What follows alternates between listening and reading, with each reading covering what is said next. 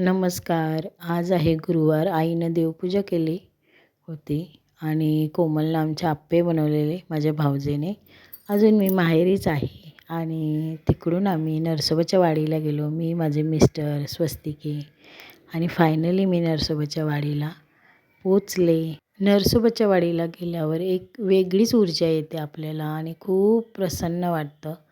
मी दत्तगुरूंचं दर्शन घेतलं आणि आजूबाजूचा परिसर खूप छान आहे. तिथला मी नेहमी जाते.